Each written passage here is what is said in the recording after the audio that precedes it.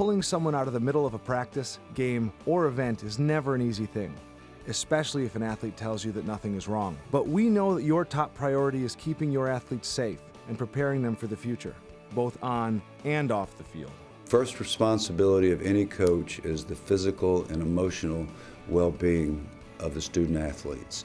Today, you've got to learn to get yourself out of the game, and then as a coach, you've got to be able to see when you're putting a player at risk, and you've got to get that person out. And equally important for parents to be aware of these symptoms as well, both from the standpoint of understanding why somebody needs to come out of the contest, but also because the parents are with the athletes more than the athletic trainer, especially nights and weekends. That's why we encourage you to follow these steps, which are part of CDC's Heads Up Action Plan. Step 1, remove the athlete from play. When in doubt, sit them out. Step 2, keep an athlete with a possible concussion out of play the same day of the injury and until cleared by a healthcare provider. Do not try to judge the severity of the injury yourself. Only a healthcare provider should assess an athlete for a possible concussion. After you remove an athlete with a possible concussion from practice or play, the decision about return to practice or play is a medical decision that should be made by a healthcare provider. As a coach, recording the following information can help a healthcare provider in assessing the athlete after the injury.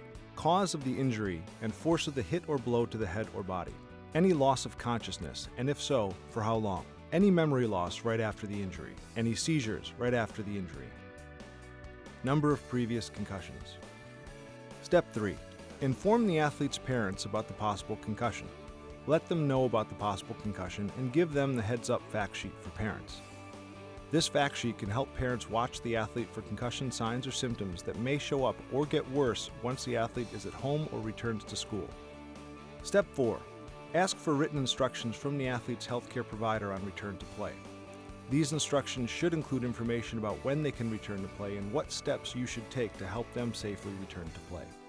Sometimes people believe that it shows strength and courage to play when you're injured. Not only is that belief wrong, it can put a young athlete at risk. Don't let others, fans, parents, or teammates, pressure you or the injured athlete to continue playing. As you've probably experienced, some athletes may try telling you that he or she is just fine, or that he or she can tough it out. Tell them that taking a timeout is not a sign of weakness, and that playing with a concussion is dangerous. Don't shy away from sharing this information with parents and other team supporters either. But what we have to learn now is how to distinguish between pain and injury.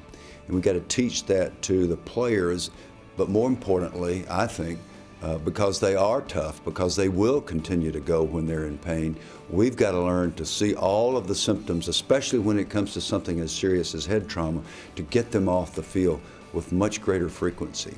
And I think it may interrupt the games, and I think that'll be a good thing.